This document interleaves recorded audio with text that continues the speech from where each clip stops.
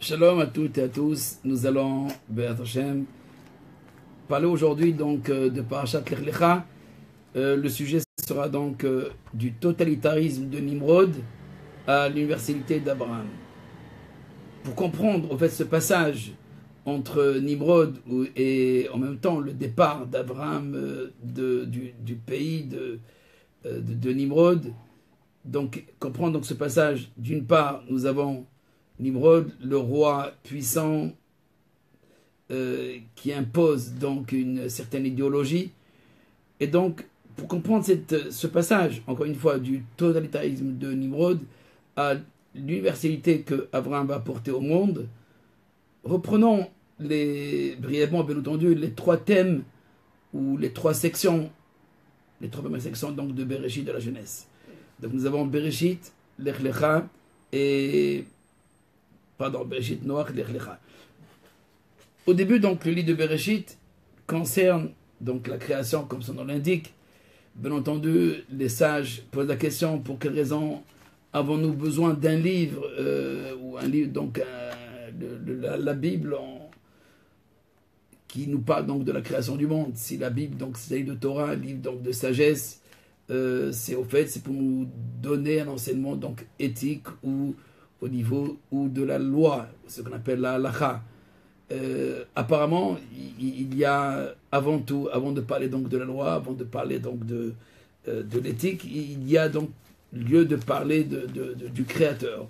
Même si Rashi lui-même, au début, se pose cette question en rapportant le Midrash, bien entendu, de Rabbi Yitzhak, pour quelle raison la Torah doit-elle commencer par Bereshit, la création du monde? Qu'avons-nous besoin? Au fait, quel est le but de la Torah? Le but de la Torah, c'est pas une cosmogonie, c'est pas nous apprendre donc une théorie de la création du monde.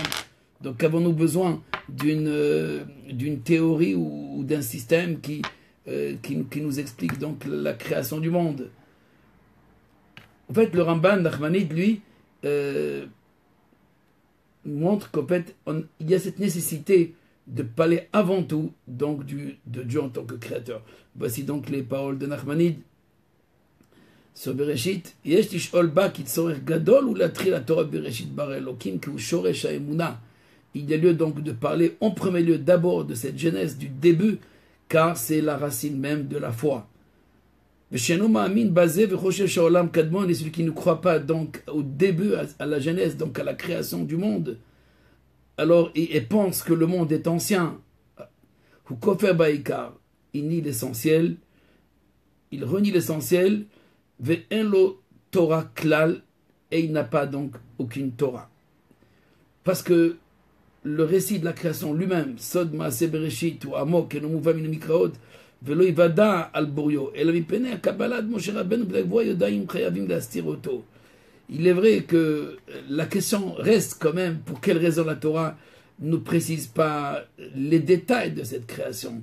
Parce qu'en fait, elle ne nous donne que les éléments cachés de la création du monde, de ce début. Le Ramban répond effectivement, c'est la raison pour laquelle les sages posent la question, pour quelle raison doit-on commencer par la Genèse en tant que cosmogonie ou cosmologie? Il y a lieu de commencer par autre chose. Si la Torah nous parle donc d'une morale, d'éthique ou de loi, alors commençons par la loi, commençons par l'éthique. Pourquoi donc commencer par la création? Il y a lieu quand même s'il n'y a pas des détails, assez de détails pour nous donner cet enseignement du secret donc de l'existence et de la création du monde. Cependant, on gagne au moins une leçon, un enseignement dit Nachmanide, c'est celui donc qu'il y a une création, qu'il y a un début. Qui dit début, donc il y a un auteur. Il y a un auteur qui est avant la création. Ce qu'on appelle pour le Ramban donc le Dieu transcendant, c'est ce Dieu transcendant qu'on doit apprendre, qu'on doit retenir de cet enseignement du Bereshit, avant même de rentrer dans le problème de la faute d'Adam et de Caïn qui va tuer son frère Abel, et donc de la catastrophe de l'humanité, avant de rentrer dans cette histoire des hommes malheureuses, et qui commence bien entendu avec des grandes difficultés, Adam, Caïn et Abel, et d'autres aussi. Il y a lieu d'abord et avant tout, avant de donner donc des leçons, il y a lieu donc d'apprendre la foi, d'apprendre donc le principe primordial celui qui est avant tout, même si on ne le connaît pas, même si la Torah ne nous donne pas de détails pour le moment de l'origine, des origines, mais il y a bien lieu donc de parler d'une cause, d'une origine, des origines, et donc d'une création. Si au début donc on parle donc de création, créateur, donc Dieu transcendant, la création n'est pas Dieu, natura c'est pas Dios, la nature n'est pas Dieu, il y a avant cette nature, il y a un Dieu, il y a donc un principe premier, et qu'on appelle Dieu, on peut appeler le Ensof aussi avec les kabbalistes, l'infini, on peut appeler aussi le néant, celui qui est l'insaisissable, comme dans la Kabbalah, comme dans le Zohar, mais on va s'arrêter bien sûr à cette idée simple pour signifier donc cette origine des origines, en l'appelant donc le Dieu transcendant. Donc Dieu qui est séparé et en même temps rattaché par un acte qui est celui donc de la création avec les créatures. La deuxième paracha, donc Noé, donc elle relate donc la justice. Là, on a affaire non pas donc au Dieu transcendant, un Dieu qui veut avoir affaire avec les hommes, qui veut une relation avec les hommes, et là, donc, il se rattache à l'homme qui est apte, c'est Noé, et il lui donne donc la leçon donc de la sauvegarde du monde, de la protection du monde, de perpétuer donc les générations, et les toldot noirs, les générations, et donc Noir, ou plutôt la paracha de Noir stipule, c'est l'ordre. L'ordre, il y a un ordre, il y a un Dieu donc de justice, et qui demandera donc des comptes rendus. Et nous avons affaire donc aux 7 lois donc de Noé, et il y a la rétribution et la récompense et la punition bien entendu, et on est face donc au déluge qui montre donc apparemment donc cette colère, et je dis bien apparemment parce que c'est beaucoup plus profond que la colère. Il y a donc une volonté de révéler, d'exprimer donc cette justice.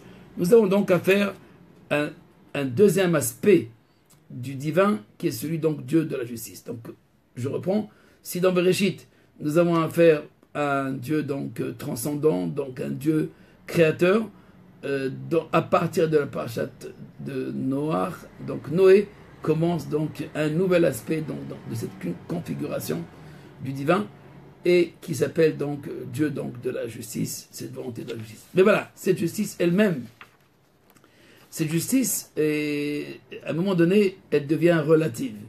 Parce que même avec les 7 commandements de Noé, si on n'approfondit pas et si on ne donne pas des détails, alors il peut y avoir donc bien entendu des interprétations aussi de la loi. La justice donc elle est relative, et elle ne peut être donc pour Nimrod et bien avant Nimrod, elle peut être que relative, et elle peut être donc qu'humaine, c'est-à-dire ce sont les hommes qui vont imposer donc le tribunal, qui vont imposer leur justice, mais toute justice, comme d'ailleurs toute éthique, elle doit trouver une source dans une certaine éthique, que ce soit les droits de l'homme avec l'ONU, ou que ce soit la justice à l'époque de l'Allemagne nazie ou même de l'URSS de Staline, etc. Alors on parle effectivement d'une certaine vision, d'une certaine idéologie, et cette idéologie peut fausser toute éthique, toute morale, à partir du moment où on s'enferme dans une certaine idéologie qui trouve sa source uniquement dans la société humaine. Nimrod, qui à son époque, il y avait le Dora Plaga, cette génération donc de la division, du règne du multiple, voilà qu'il impose donc un certain totalitarisme. C'est-à-dire qu'au fait, le totalitarisme de Nimrod est d'ailleurs très particulier. Il y a une certaine démocratie de croire à ce qu'on veut. Au niveau de la foi, il est démocrate, mais au niveau donc de la voie de la justice, au niveau donc du travail, au niveau donc du regard de la société, il impose une certaine idéologie. Il impose donc la force du travail. On peut comparer ça aussi au communisme aussi, à savoir où on cherche quelque part, bien entendu, à réparer, à trouver une solution à la société par le travail. Mais voilà, on confisque à l'homme de pouvoir atteindre justement l'origine des origines, que ce soit le communisme, que ce soit le totalitarisme. Alors on est dans une vision qui est humaine et donc très relative et qui est sujet donc à des déviations, à des fluctuations et sujet aussi bien entendu à des erreurs. C'est la raison pour laquelle que la morale humaine change. La morale divine, bien sûr, elle est immuable, parce qu'en fait, elle voit très loin. Mais par contre, la morale humaine qu'on veut imposer aux hommes uniquement par rapport à une vision qui est liée au temps et à l'espace, mais qui n'est pas liée à la perfection, qui n'est pas liée à l'éternité, qui n'est pas liée donc à cette voie de l'origine des origines. Alors, dans ce cas-là, quel que soit le système qu'on va utiliser, il rentre dans ce totalitarisme où on veut imposer à tout le monde la même idéologie. Et peu importe si elle laisse une certaine démocratie, mais on veut imposer une idéologie. Parce que même la démocratie elle-même, si on réfléchit bien, c'est un système politique, bien sûr, on peut dire qui est le meilleur pour notre génération, donc pour toutes ces générations, tout le temps qu'il y a des dictateurs dans le monde, etc. Alors, il est certain que cette voie de la démocratie, même si elle se veut quelque part aussi totalitaire, dans sa manière d'imposer donc la loi ou la justice, sa loi, alors elle rentre aussi dans cette déviation qui est celle donc des 7 lois de Noé, où on permet, bien entendu, à partir de ces 7 lois de Noé, non pas un monopole idéologique, mais il y a quand même l'idée donc de Dieu, l'idée donc du Créateur. À partir du moment qu'on retire le Créateur et qu'on rentre dans un certain déterminisme de la nature, alors aussi on rentre dans les idéologies qui sont erronées. Je ne vais pas rentrer dans cette définition du totalitarisme. On a des exemples. Les plus frappants, bien sûr, comme je dirais pas tout à l'heure, c'est l'Allemagne nazie et l'URSS de Staline.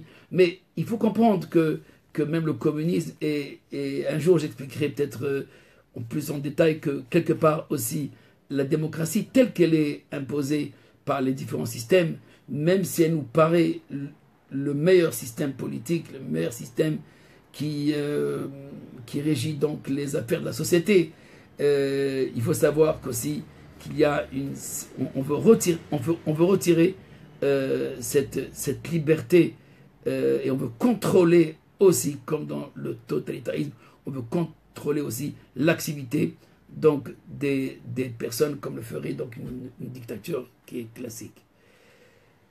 Contre ce Nimrod qui veut imposer donc ce totalitarisme, voilà, il y a Abraham Avinu, donc le patriarche Abraham, qui lui croit un Dieu unique. Dans ce Dieu unique, il y a l'idée donc où Dieu est au centre. Alors que chez Nimrod, comme d'ailleurs tous les systèmes politiques, l'homme est au centre. L'approche est anthropocentrique. C'est la morale humaine. C'est la justice humaine. Mais même la justice humaine, elle doit trouver une référence, une asmarta, c'est-à-dire une origine, une source, où elle puise par le prophète, par les sages de leur génération. Parce que s'il n'y a pas la sagesse, s'il n'y a pas donc cette origine qui lui peut parler donc de réunir, de faire une harmonie dans l'humanité sans rentrer dans un globalisme ou un mondialisme comme aujourd'hui ou comme aussi à l'époque donc de Nimrod. sans tomber, donc, voilà, il y a un homme qui s'appelle Avraham Avinu, et que lui ne veut pas tomber dans ce mondialisme. Un mondialisme qui est imposé par, encore une fois, la pensée humaine. Le genre humain qui est au-delà de la marché de Ben Adam, qui est Mahavel. Le verset dit dans les psaumes, car Dieu connaît les pensées de l'homme, ils sont vanité. Donc, même la morale humaine est une vanité. Si elle ne prend pas comme référence l'origine des origines, à savoir le Dieu unique. Dans le paganisme, où on donne cette liberté de choisir son Dieu ou de choisir son saint, il faut savoir qu'en fait, on rentre dans le chaos. On rentre dans le chaos et à la fin, on tombe justement dans ce totalitarisme. Parce qu'il est impossible, le règne du multiple, comme je rapporte souvent cette idée donc, de René Guénon, le règne du multiple ne peut pas se perpétuer. À la fin, donc, il doit se disloquer. Et donc, il arrive donc, il aboutit à un totalitarisme. On va imposer à la fin une idéologie globale, mondiale, mais qui n'a rien à voir avec l'harmonie, qui n'a rien à voir avec le bonheur des hommes, mais surtout, c'est renfermer les hommes dans quelque chose qui s'appelle ni plus ni moins leur tombe. En fait, c'est s'enterrer. S'enterrer ou, comme nous allons le voir tout de suite, d'après le Ramchal, dans un enseignement de Marom, où il dit où l'homme il rentre dans le dimion. Quand on est dans ce règne du multiple, ce qu'on appelle les kelim, dans Shlitat HaKelim, dans ce règne des vases, alors on rentre donc dans cette illusion. Et c'est justement, c'est de cette illusion que Dieu va demander à Abraham de sortir. On peut dire que l'acte le plus important d'Abraham est celui donc précisément d'avoir quitté Haran, de quitter donc le monde des illusions produites par les sensations, par la perception des sens des hommes, par la morale des hommes. Et Dieu lui demande donc de sortir de ce calcul de la pensée humaine, de ces cheshbonot arabim, de ces faux calculs, de ces mauvais calculs, de ces nombreux calculs, pour aller vers l'intelligible, pour aller vers le centre, aller vers l'origine. C'est comme ça qu'il faut comprendre donc le départ d'Abraham. Abraham va continuer, va prolonger justement le chemin de Noé et de cette loi de Noé. Il va aller plus loin au niveau de la foi. Il va donc éclairer les hommes de cette idée donc de la foi en Dieu unique. Ce Dieu unique qui est en fait Dieu universel, qui demande donc à Abraham de quitter sa terre, de quitter sa patrie, de quitter donc son monde, et ma foi même cette grande civilisation de l'époque de Nimrod, pour aller vers où? Vers la terre de Canaan. Et pourquoi Dieu ne se trouve pas partout? Dieu n'est pas omniprésent, Dieu n'est pas omniscient, il n'est pas partout en même temps. Pour quelle raison donc Dieu demande à Abraham? Et on peut dire que c'est la première épreuve qui est à mon avis la plus difficile, celle donc de marcher selon une voie avec un X, n'est-ce pas? Et aussi une voie, une voie divine, et qui échappe à l'entendement humain, apparemment, puisque l'homme n'a pas atteint encore cette pensée divine. Et pour le moment, il faut qu'il croie et qu'il accepte et qu'il se soumet donc à cette voie. C'est le contraire donc de Nimrod. Nimrod, donc, il impose une voie, mais qui est perceptible par l'essence, et qui veut ramener le monde entier, sans exception, à cette idéologie, à ce rationalisme. Donc, Nimrod, il combat Dieu unique. Son combat, sa guerre n'est pas contre Abraham seulement. Il n'est pas, surtout, il est contre Dieu unique, pas contre les dieux. Il aime les dieux, mais il n'aime pas cette unicité. Il ne veut pas, au fait, un autre totalitarisme. Parce qu'effectivement, avec un Dieu unique, on peut devenir aussi une sorte d'une religion totalitariste. Mais en fait, le Dieu universel qui se révèle à Abraham, ce n'est pas un Dieu totalitaire. Et nous allons voir tout de suite. Même si apparemment, ce Dieu demande donc à Abraham de quitter donc la terre de Haran, etc., de quitter ses parents, de quitter sa famille, et de se rendre dans une terre inconnue. Et ensuite, on parle donc de la famille d'Abraham.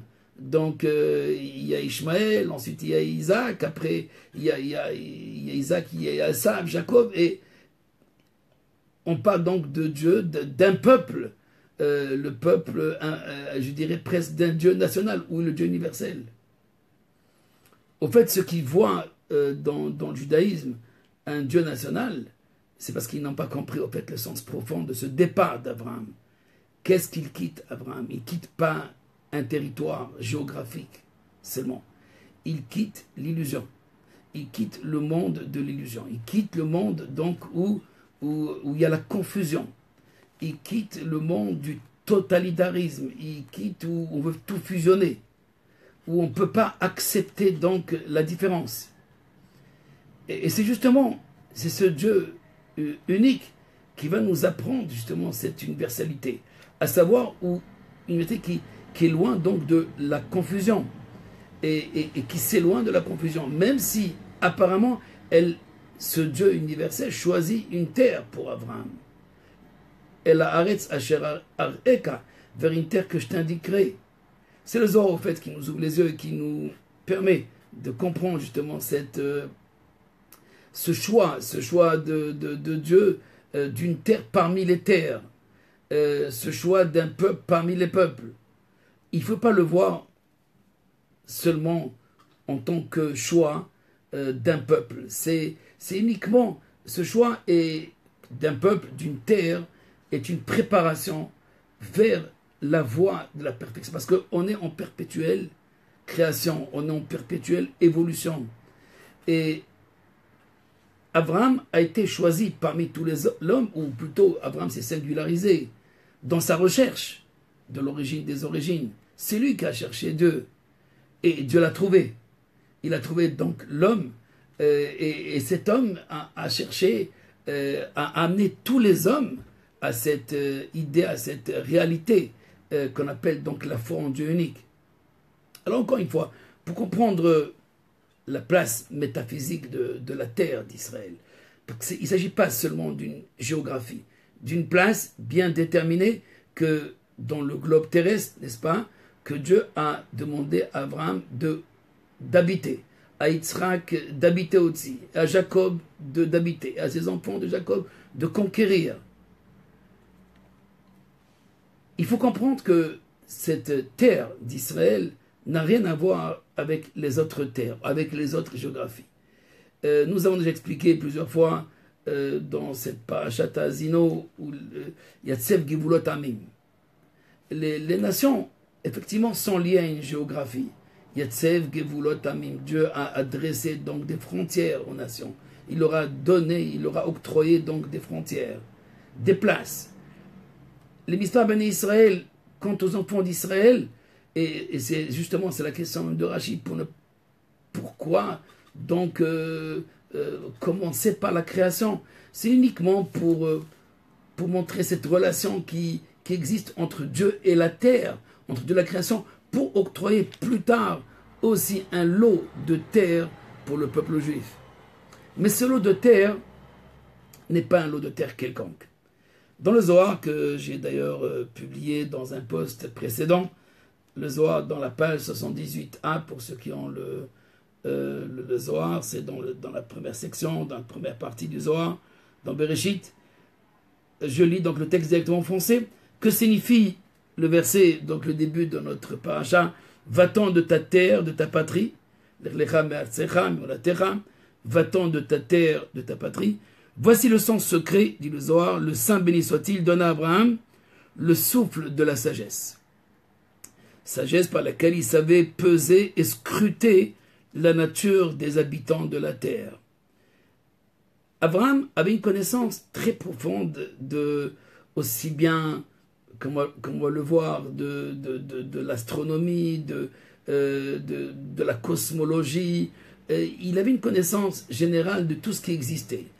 Et c'est la fin qui trouve Dieu, c'est la fin qui va donc arriver à la science divine.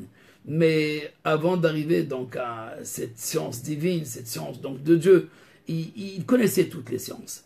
Et l'alchimie aussi. Et donc il savait scruter à partir donc des étoiles, à partir de la terre, à partir donc de la poussière, à partir de l'eau, etc. Il évaluait les choses, dit le Zohar, selon une balance. Une balance donc mystérieuse, mais cette balance qui lui permettait donc de déceler les anges préposés aux habitants de telle ou telle ville. Donc il connaissait quel ange, il connaissait quelle l'ange, c'est l'intelligence, quelle intelligence domine dans cette partie du monde, quelle intelligence domine dans cette autre partie du monde. Parce que chaque partie donc est dominée par un esprit divin, en parenthèse, parce que ces anges, c'est des intelligences divines. Et chaque ange est préposé sur une terre, sur un peuple, sur des habitants. Lorsqu'il arriva donc à la Terre Sainte, donc au point central de la terre, il commença à peser dans la balance. Donc il commença à peser quoi? Au fait, il pesait les racines transcendantales de cette terre, d'où procède donc l'influence de cette terre. Cependant, il n'y parvint pas. Et là, le Zohar nous dit qu'il n'arrive pas à trouver l'influence qui influence les habitants de Canaan, de cette terre. L'influence qui influence cette terre. Alors il chercha à connaître les puissances angéliques qui gouvernaient cette place. Donc de l'alchimie, il va arriver donc aux puissances angéliques donc, qui gouvernaient cette place. Là aussi, toute considération échoua. Il ne trouvait pas donc quel ange domine ou règne, influence l'intelligence des hommes qui habitent cette terre. Il recommença à peser de nombreuses fois et il s'aperçut enfin que c'est là le lieu où le monde tout entier s'enracine.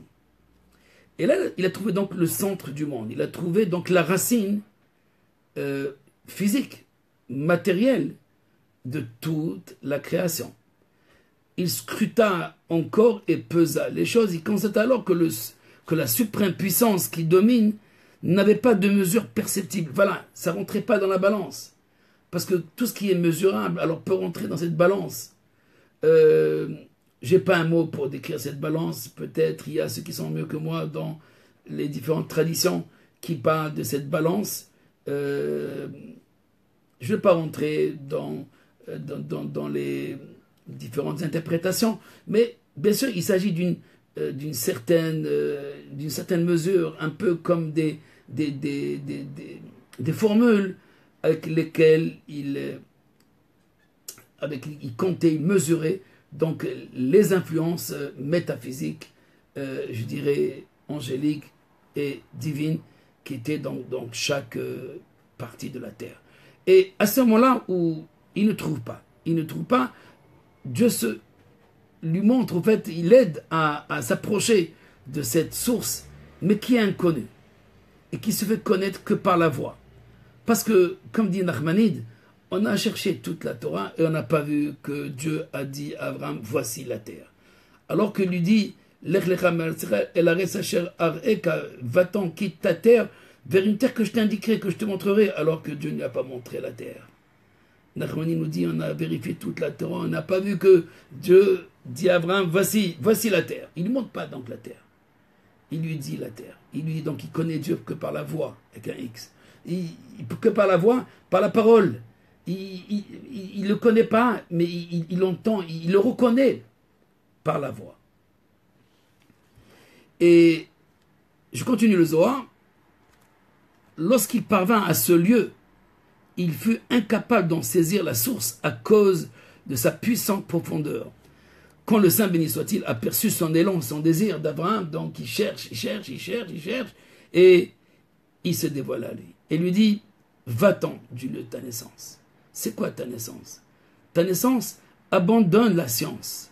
Abandonne cette science, donc ta cosmologie, ta cosmogonie, ta cosmogonie, abandonne l'horoscope, abandonne l'astrologie, abandonne les étoiles, avec laquelle tu mesures les prévisions selon l'heure et la seconde de la naissance.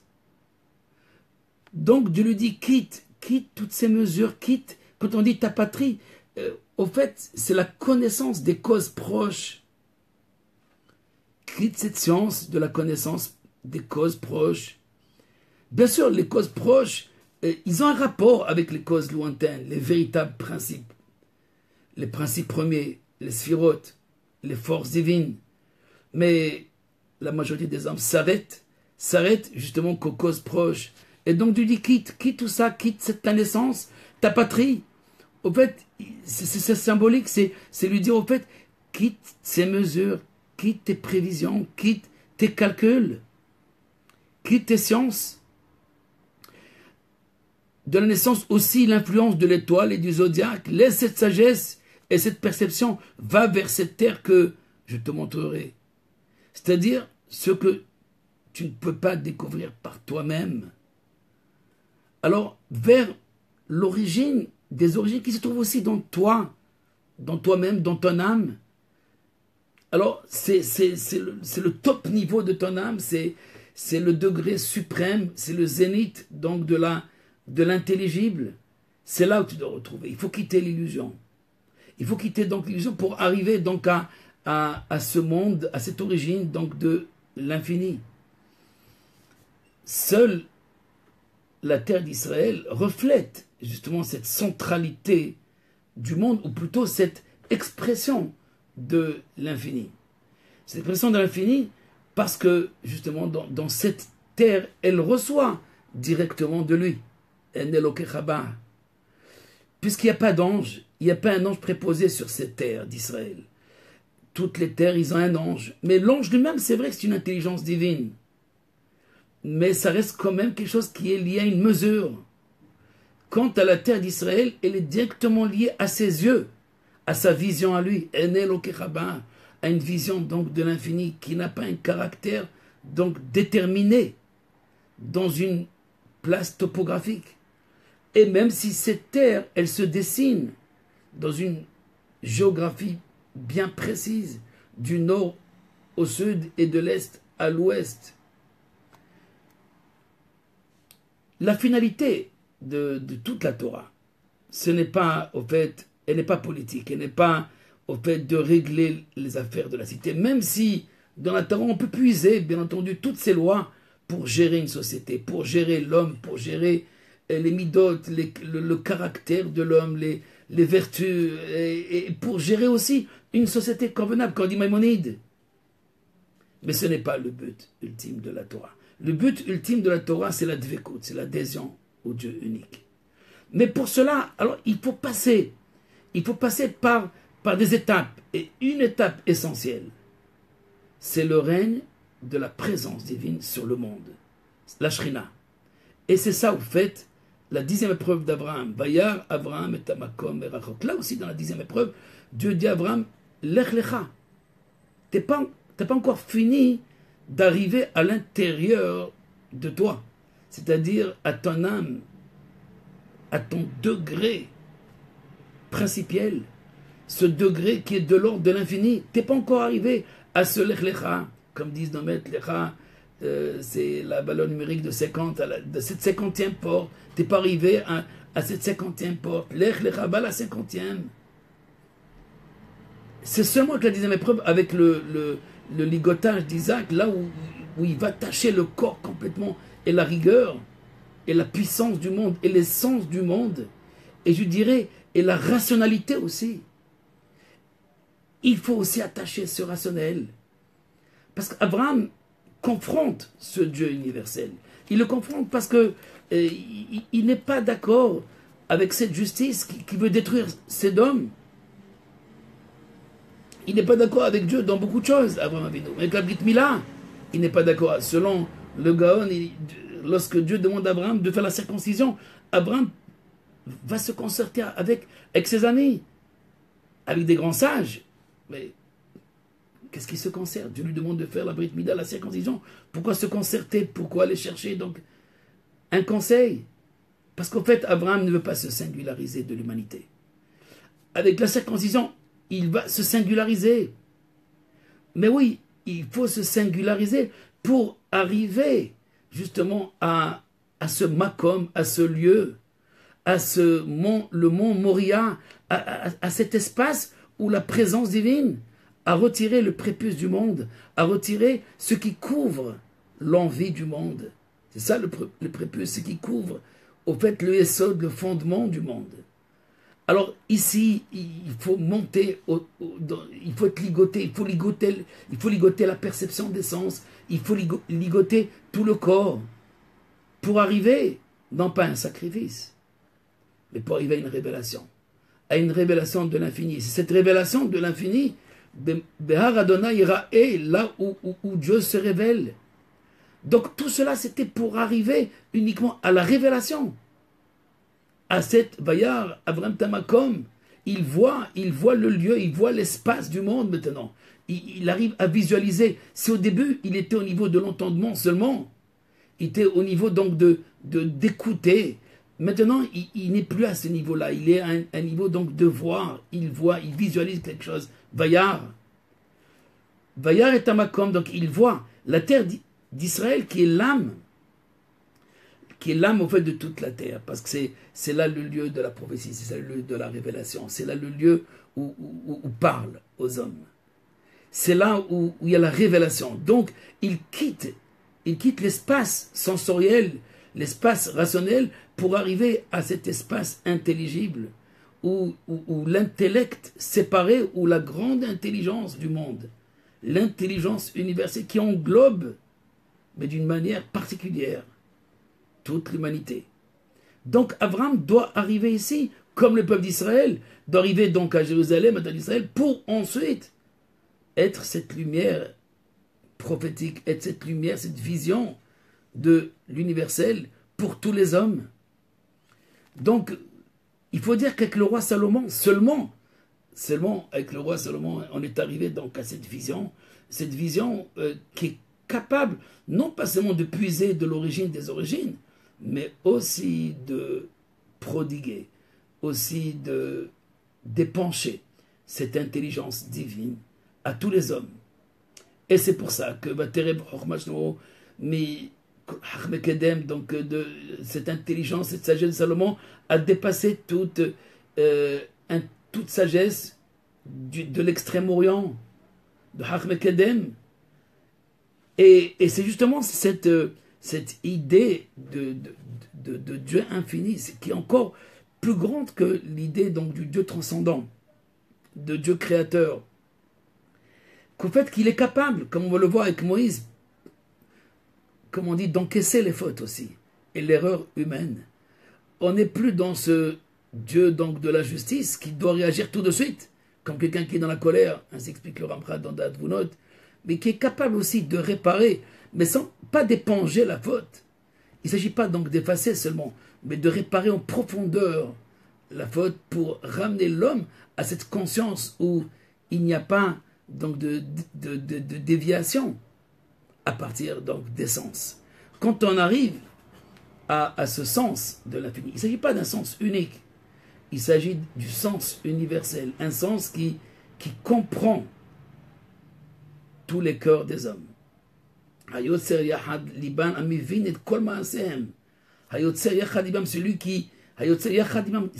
qui a formé ensemble, qui a formé tout cet ensemble, tous ces cœurs, et qui comprend toutes les actions. Et qui comprendre, c'est aussi contenir toutes ces actions. Ramener le tout donc à cette intelligence, à cette source exceptionnelle, source qui est donc de l'infini. C'est pas le rôle donc d'Abraham, c'est le rôle de Moïse et plus tard du roi David, je dirais Salomon et surtout donc Mashiach ben David, au Mashiach le fils de David. C'est-à-dire qu'au fait, il y a, comme je disais tout à l'heure, une évolution donc de la révélation de Dieu selon donc des différents visages. Selon donc des différents visages et bien sûr, et des personnes dans ce monde. Concrètement, on a affaire au début donc à Adam, ensuite à Noé, Et ensuite, il n'y a que Adam qui a été créé directement par les mains de Dieu. Ensuite, c'est les engendrements. Et ensuite, donc, Noé et toute l'humanité. Et elle, donc, elle est liée donc à cette justice, au principe donc de la loi, la justice, qui peut donc composer et réaliser donc une société humaine où on ne s'entretue pas. Mais il faut continuer l'évolution de cette société. C'est la société donc qui est liée à Abraham. Il faut continuer encore cette haute société avec Moïse et plus tard avec Salomon et à la fin avec Mashiach ben David. Et tous ces grands maîtres, ces grands sages qui soient donc à l'intérieur même d'Israël ou à l'extérieur d'Israël, qui recherchent la véritable sagesse, donc la sagesse de l'origine des origines. Alors ils sont capables aussi de revenir et de ramener le monde justement à cette complétude. N'oublions pas qu'Abraham a connu Melchizedek, qui pour certains c'est le Hanor, c'est Shem, c'est ce personnage exceptionnel qui bénit Abraham, il bénit à son Dieu. Baruch Abraham El Elyon, donc Hachem, il bénit Abraham, il connaît cette relation qu'Abraham, que lui-même il a avec cette lettre primordiale. Et justement, c'est Abraham Avinu. C'est Abraham Avinu, cette étape essentielle, je dirais, dans la Bible, dans la Torah, qui va nous permettre à faire avancer le monde encore à une nouvelle vision, une vision donc de Dieu unique. Cette universalité donc qu'Abraham apporte, cette universalité, elle ne se limite pas à monopoliser un peuple et une terre. Dieu monopolise une partie de la terre pour révéler justement sa présence à partir d'une voix. Une voix, avec un X encore une fois, une voix donc qui mit Tzion, cette Torah, de Tzion qui sort cette Torah, cet enseignement, qui sort donc cette parole de Dieu. Mais cette parole, au fait, elle se propage, elle continue à travers Israël et à travers tous les hommes aussi. Parce que cette parole, elle ne concerne pas seulement Israël, elle concerne aussi tous les hommes. Comme dit le Ramchal dans son livre Dir Bamarom, pour terminer notre leçon sur l'université d'Abraham Avinu. Alors, oui, comme je disais tout à l'heure, qui ne concerne pas seulement Israël. Le Ramchal écrit dans Dir Bamarom, je reprends ce passage que j'aime tellement, et que j'ai rapporté aussi dans mon livre Tikkun Olam, la réparation du monde, donc à la page 26, Kavav, le Ramchal écrit qui n'est pas sauf à col, à la fin de tout. Toutes ces expériences, de tous ces systèmes que nous allons vivre et encore vivre, et j'espère que c'est vraiment on est à la fin, qui n'est pas sauf à col, yé shalom baolam, on vivra donc cette harmonie, cette paix dans le monde. Vekol abriot, et toutes les créatures, yasukula magudachat, feront un seul ensemble. La'avod et melech hayachid, pour servir au roi unique, qui hiye nitkan hakol besod hayichud, car tout sera réparé. Tous les hommes seront réparés. Tous les hommes sont à l'image de Dieu. Il n'y a pas de chimpanzé. Tous les hommes sont à l'image de Dieu. Et tous les hommes seront donc réparés. Réparés, dit le Ramchal, qui kulam nitkanim besod hayichud, par le mystère donc de l'unité. Ce mystère d'unité qui est en fait l'unité de Dieu. Cette unité de Dieu que, avec Abraham, elle était abordée d'une manière rationnelle au début, donc d'une recherche, jusqu'à où il n'y a plus de rationalité. Il faut donc attacher tout ça, il faut ligoter le tout. Et les engendrements, il faut ligoter le temps, il faut ligoter le corps, il faut ligoter l'espace pour arriver justement au point central du monde, au point où la parole, où Dieu parle aux hommes. Et justement, dans cette communication où Dieu parle aux hommes, c'est cette révélation que Abraham a abordée, que Abraham a initiée pour tous les humains. Voilà donc pour notre paracha aujourd'hui. Je vous dis donc bonsoir et à la prochaine. Kol Tov.